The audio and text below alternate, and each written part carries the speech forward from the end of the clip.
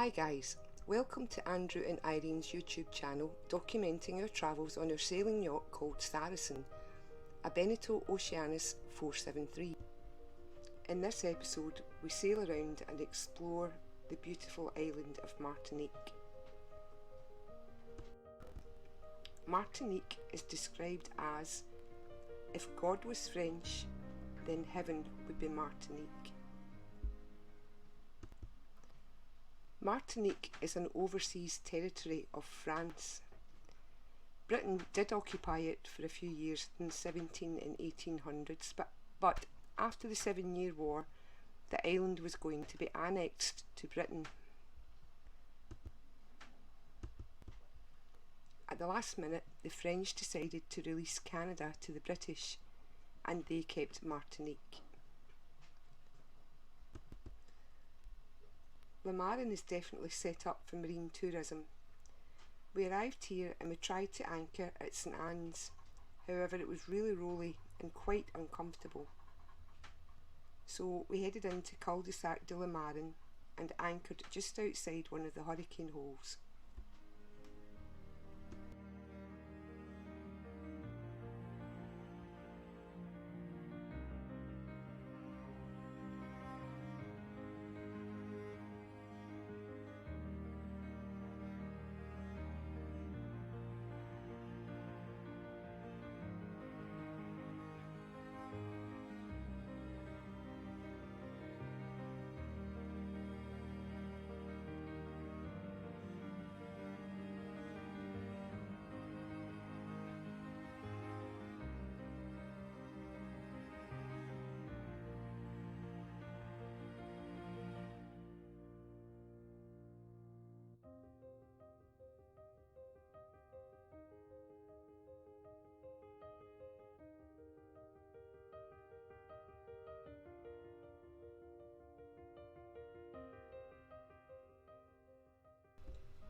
Reprovisioning here is so easy and convenient. Most of the chandleries and supermarkets all have dinghy docks. To get to today's shop, we need to dinghy up through the mangroves. Once we land at a dinghy dock, it's a very short walk to the supermarket. Once the shopping's complete, we head back to the dinghy dock, unload, and all done. Repeat 4 times and voila! We've filled the hold in Saracen, but our boat funds depleted by another €800. Cheap living, this sea gypsy lifestyle.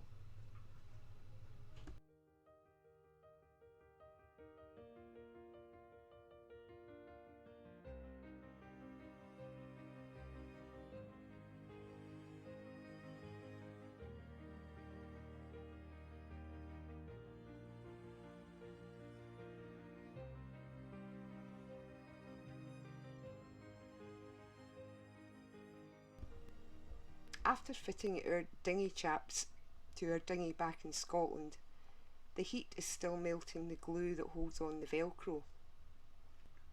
The velcro is the strip that keeps the dinghy chaps in place. Not good. We decide to start dinghy shopping. Andrew says that was always the plan, but I don't believe him. We visited all the numerous chandleries at Le Marin to see what was on offer. We looked at AB, Highfield, Carib, 3D tender dinghies, and now we were really confused. Andrew's decision making process takes ages when it comes to spending money, so I took charge. Seeing our predicament, we settled on a 3D Ultimate 3-metre tender. What we like? The chaps, the locker, the inbuilt fuel tank, a flat floor, and it's bigger than our last one.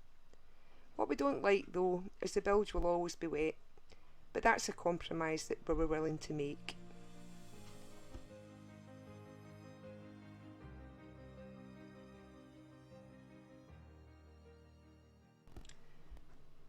For our first excursion, Andrew drags me up yet another hill in the baking heat.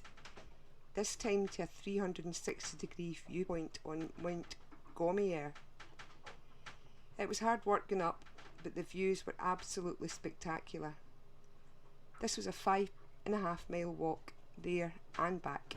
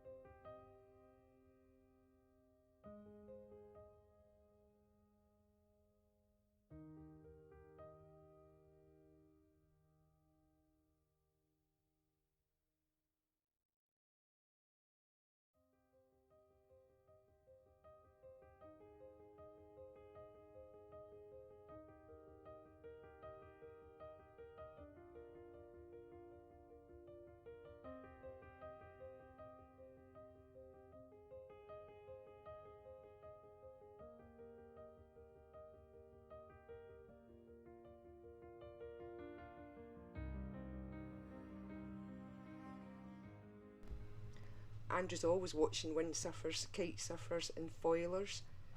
I keep picking up the iPad and the browser's open at the online kite stores. Hope he's not getting any ideas.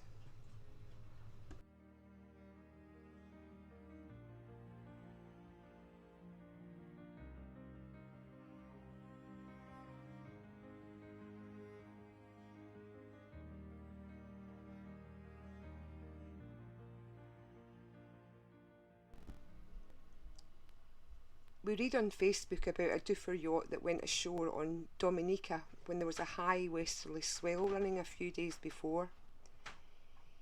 Here's that yacht being taken to be lifted out. We reckon that this will be an insurance write-off due to the cost of the tug and the barge for the last 4 or 5 days.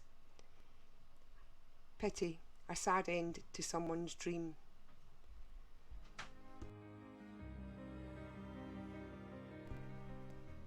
We eventually move round to St Anne's for a few nights. We stay for 4 nights, as the wind and swell have all calmed down.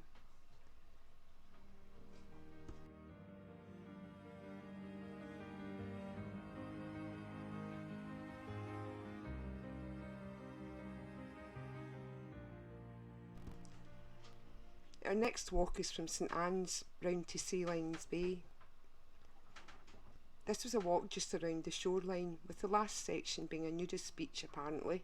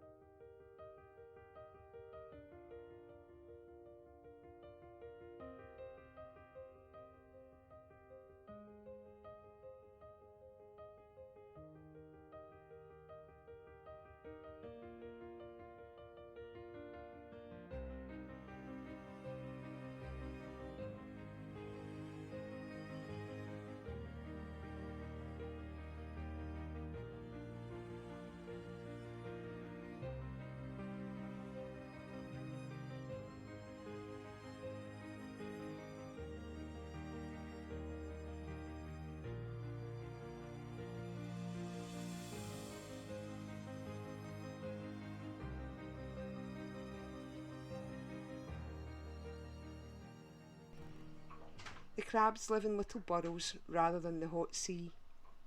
We try our best to film one. We start to walk back on the road and we quickly decide that that's a bad idea and cut back into the shore path. Our walk ends up being 7.8 miles long.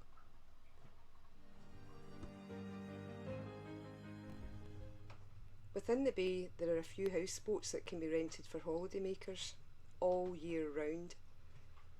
Don't fancy chances during the hurricane season though.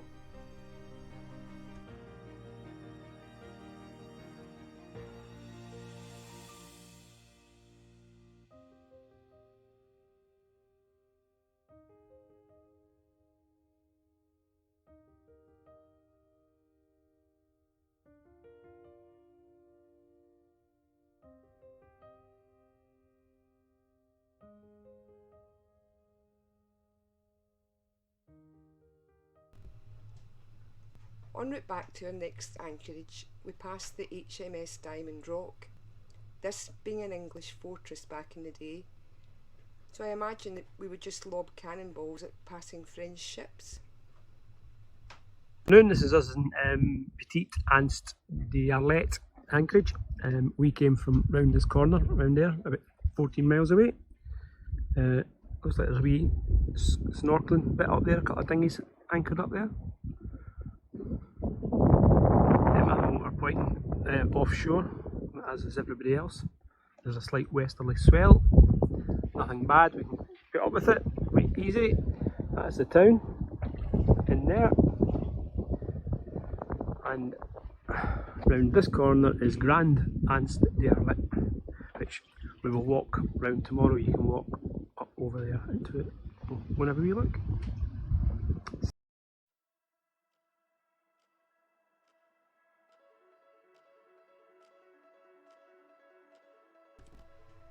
We arrive at Petite Anse d'Arlet.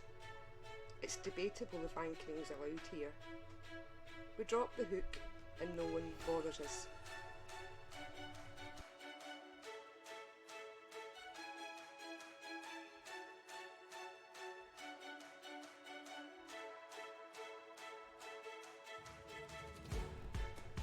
Thanks for watching, and please remember to leave a like. See you!